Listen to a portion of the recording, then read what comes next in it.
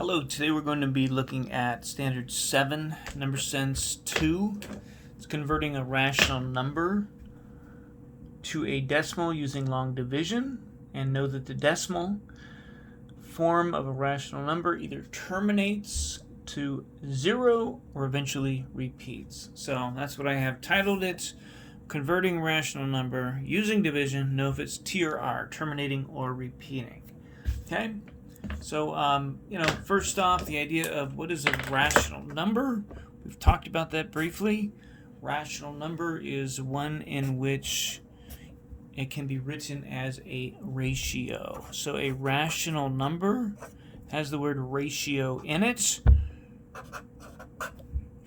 A number is rational if it can be written basically as a ratio. Can be written as A over B, basically a number over another number, and B is not equal to 0. Okay? So, examples of rational numbers could be everything from this, and this, 12 fifths. It's a rational number, one number over another. Okay? Even a negative value. Okay? Negative mixed number.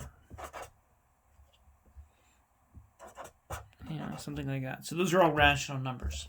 Why would you want to convert a rational number to a decimal or possibly a percent? Lots of reasons. Especially coming up soon, a 7th grade standard is adding rational numbers, subtracting rational numbers, multiplying and or dividing all rational numbers. And it's a mixture. So you're given possibly, you're given a decimal along with a fraction, and you're asked to add. Well, you are going to have to decide to convert, because you can't add them differently, so you'd have to be able to convert. That's one reason why you would need to know how to convert a rational number. Okay? In case you're adding fractions with decimals, or subtracting decimals with fractions, or multiplying even, you would have to make a conversion before you're able to complete the operation. Okay?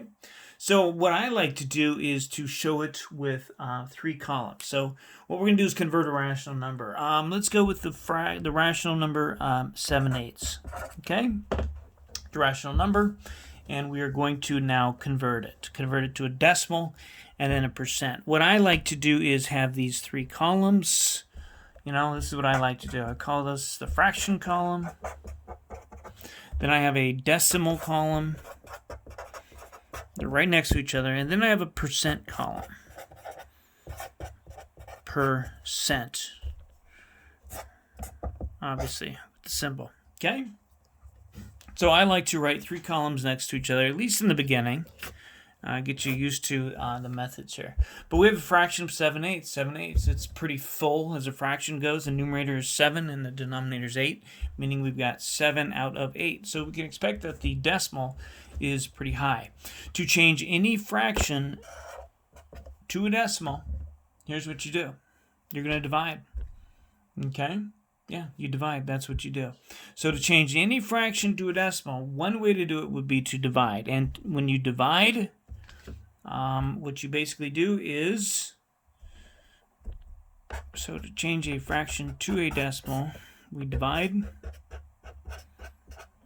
Okay, and to do that, let me show you how. It is the numerator divided by the denominator all the time. Okay? Bottom into top, if you will.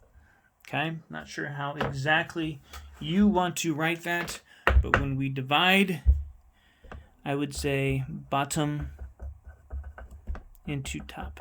That's the only way to divide. Don't divide it the other way around. So what you're going to do then is the decimal comes from you. You bring out the decimal. I'm going to, let's see, I'm going to ask that you divide, go 2 places for now. Okay, divide 2 places. All right? And here's how we divide. Does 8 go into 7? No, it doesn't. So I'm going to put a 0 here. I don't put the 0 down here and subtract and put 0. It's kind of, for me, it's kind of a waste of time. So now does 8 go into 70? Yes, it does. 8 times 9 is 72. So that's too big. 8 times 8 is 64. So let's go with 8. 8 times 8 is 64. I'm subtracting. Now I'm going to bring down the other 0. Notice I didn't put anything on top. Does 8 go into 60? Yes, it does. 7 times. 8 times 7 is 56. 8 times 8 is 64. So I went with 7. 8 times 7 is 56.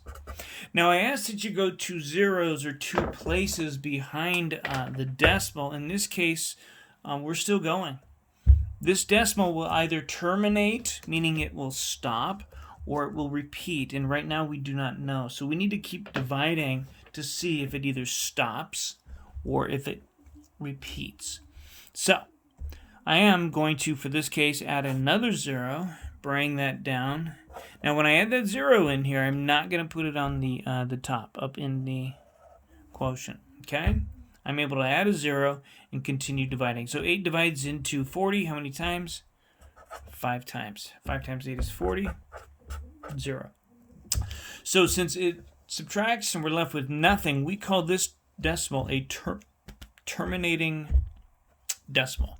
So I'm going to, just for the purpose of this, I'm going to put a T here in the decimal column. Okay? If that's okay with you. All right. So we know it terminates because it stops, subtracts, there's no remainder left. So I'm going to write down the decimal.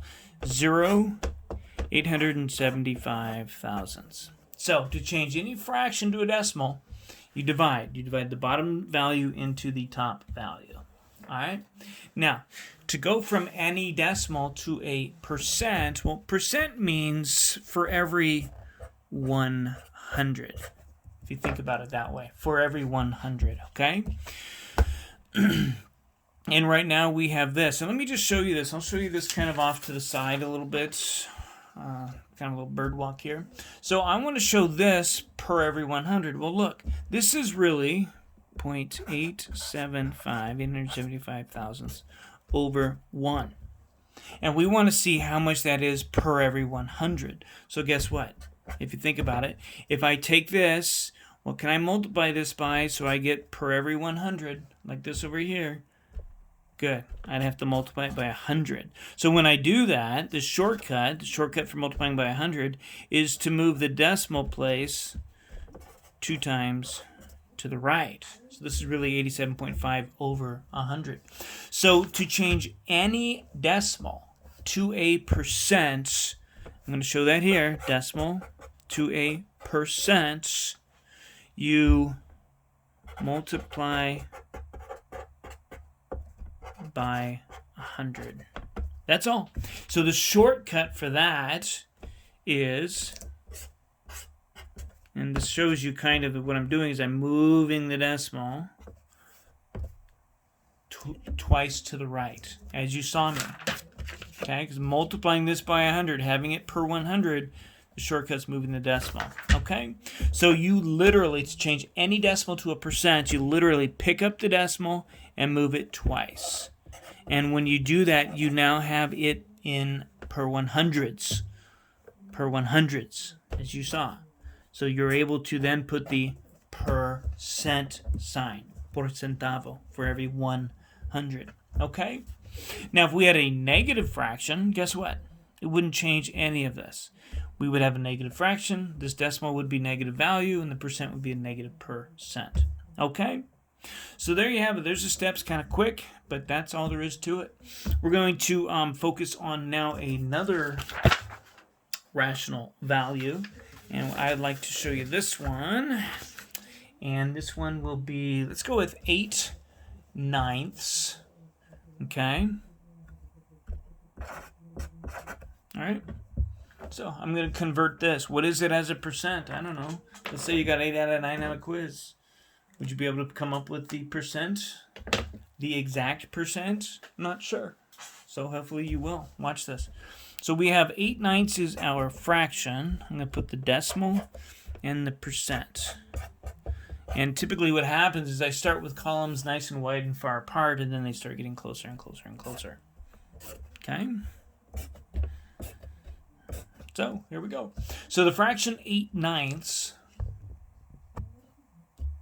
can be converted to a decimal by dividing. And again, division is bottom into top all the time. Kind of like this. Think about it like that and that. That is the way that you would divide. That's it. Okay, if you can't do it mental math, you're going to do it like this. Okay, numerator divided by the denominator. Okay, I am going to suggest that you divide 2 places back. Be neat about this. Okay, put the decimal straight up. Okay, the decimal comes from you, so put it on the roof. I would say go back 2 places and see if that's enough to know if it's terminating or repeating. Okay, so we'll start dividing. Does 9 divide into 8? No, it does not. So I'm going to put a 0 here. 9 times 0, 0. There. How many 9s divide into 80? Meaning 9 times what is close to 80? 9 times 8 is 72. 9 times 9 is 81. So we're going to go with 8. And look. Uh-oh. Hey, I've seen that before. Well, guess what? If you've seen that before and it's the same values coming up again and again, then we have what is called a repeating decimal. 9 times 8, 72. Subtract. And we by no means go to 0. We can see this will be a repetitive process. So I'm going to label as the D for decimal. I'm going to label this as an R. The decimal is a repeater. Back here, this decimal went to 0 and we had no leftovers. We called it a T for terminating decimal. Terminating decimal. This is R. R in this case stands for repeating. R repeating. It's a decimal that repeats. Okay? All right. Well, guess what, folks? The repeating decimal is turned to a percent in a little bit fancier way. Okay? So here's, the fraction to the decimal we divide. To change the decimal to a percent for a repeating, special directions. Okay? A repeating decimal to a percent, here's what you're going to do. You're going to write a mixed number. And to do that, you go back to your division.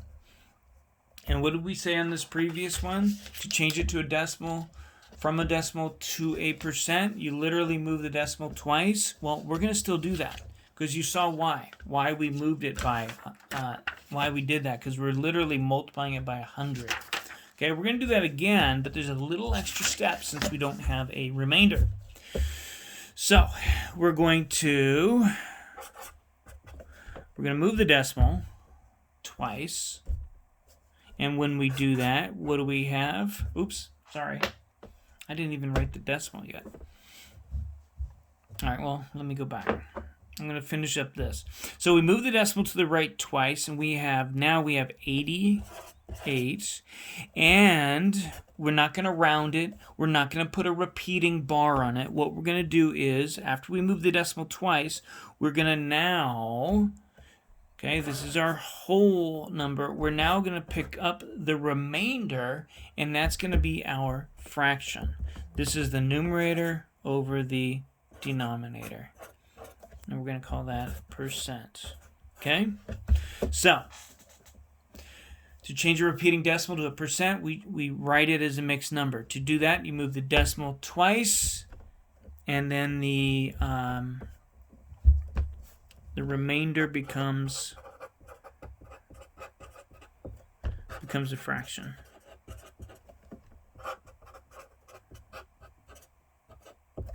Okay, and that fraction will always be, well, the remainder is the numerator, if this helps. And the divisor is the denominator. Something like that. Okay? So there you have it. So anytime you see a mixed number percent, and you know that its decimal is a repeater. Let's go back to the decimal, though. I didn't have that written down for you. So when we divided the fraction to the decimal, we got 0.888, and it kept going and going and going. So you will write it as 0.888. 0.8. You could put 8888, but what repeats itself is the 8. So as the decimal, you would put the little bar over the 8 because it's the 8 that repeats. Okay? This is technically the same thing. 888888. It just takes more, digits, more stuff for you to write. Okay? So there you have it. We had a terminator, and then we had a repeater. Go ahead and take a look at another one. We're going to go ahead and I've got a mixed number for you. 6 3/5. Okay. We're going to convert this and change this to a decimal and then a percent. Okay. This is we'll call it a fraction. It is a mixed number. So you have two options. I'll show you the way I like to do it. Okay? This is known as 6 3/5, right? So what that means is that the whole number is in front of the decimal and that the fraction comes after the decimal. So I don't use all of these digits when I convert these. I don't use this all. What I do is this. I break apart. I take the fraction part and I divide that into a decimal. Okay? And then I know that 6 is in front of the decimal point. So all I need now is to figure out what that is as a decimal. So this is 6 3/5. I'm going to break off the 6, put it in front of the decimal. Now I'm dealing with the 3/5. I'm going to convert that to a decimal by dividing, just like I did this, just like I did the last one. So I'm going to break out the fraction. 5 goes into 3. I recommend that you put a decimal and then go back 2 places for now. It's not always enough, but it's fine. And then do the division. 5 goes into 3. No, it doesn't. 5 goes into 30. Yes, it does. 5 times 6 is 30. Look, 0. So I know that this is a terminating decimal. And what is it? Well, let's look. It's 0.6. So what I'm going to do, after the decimal, I'm going to write 0.6 is the decimal. Okay? There you have it. Now, to go from the decimal to the percent, what do? We take the decimal, we move it twice. Why do we do that? Because we want to get it to 6.6 over 100. And right now, as it is, it's over 1. So if we literally multiply by 100, we get it at some sort of number over 100. The quickest way to multiply by 100 is move the decimal 2 places to the right. So move it twice, okay? Move it twice to the right, and then write down the symbol. Okay? So 6 3/5 can also be read as 6 6/10, and that can also be read as 660%, which makes sense, right? This is more than 1, so that's more than 100, more than 100%. All right? And then we'll take a look at another one. Let's take a look at a mixed number that is negative. A negative mixed number, just like a negative fraction. It's done the same way, but the outcome is negative. Okay? So let's take a look at negative 2 1/3. It's a mixed number. It's a negative. We're going to convert this to a decimal and then a percent. Okay? And we're going to notice if it's either a T for terminating or R for repeating decimal. All right, here we go. So I'm going to break, think about the 1/3. I'm going to go ahead and divide the 1/3. And I know as a decimal, since the fraction is negative, the negative 2 will be in front. Just think about it, the decimals here. The negative 2 is in front of the decimal. Whatever I get for the decimal will go to the right. Okay? So I'm taking this and dividing. Bottom into top. Put out a couple zeros. Put the decimal on the roof. And divide. Does 3 go into 1? No. Does 3 go into 10? Yes. 3 times. 3 times 3 is 9. Oh, look. Look. Same thing again. So guess what? Same thing again. So guess what? I'm going to call this a repeating decimal. And what is it that repeats? 3, 3, 3, 3, 3. So I'm going to write 3. And then I'm going to put a repeating bar above the 3 because that is the digit that continues to repeat. Okay? Now to change that to a percent, what I have is I'm going to take this, I'm going to literally move this 2 times to the right. Okay? Well, if you imagine, if it's 3, 3, 3, 3, 3 repeating, these are just 3s. So when I move the decimal twice to the right, I have negative what? 233. And since this is a repeater, we're not done. What you're going to do is scoop up the remainder, and we'll call that the fraction. It's the numerator over the divisor. And you can call that percent. Okay? So there you have it. Changing any fraction, any rational value that's a fraction or mixed number, change it to a decimal, you divide. And then to go from a decimal to a percent, you literally pick up the decimal and move it twice to the right. Okay? Thank you.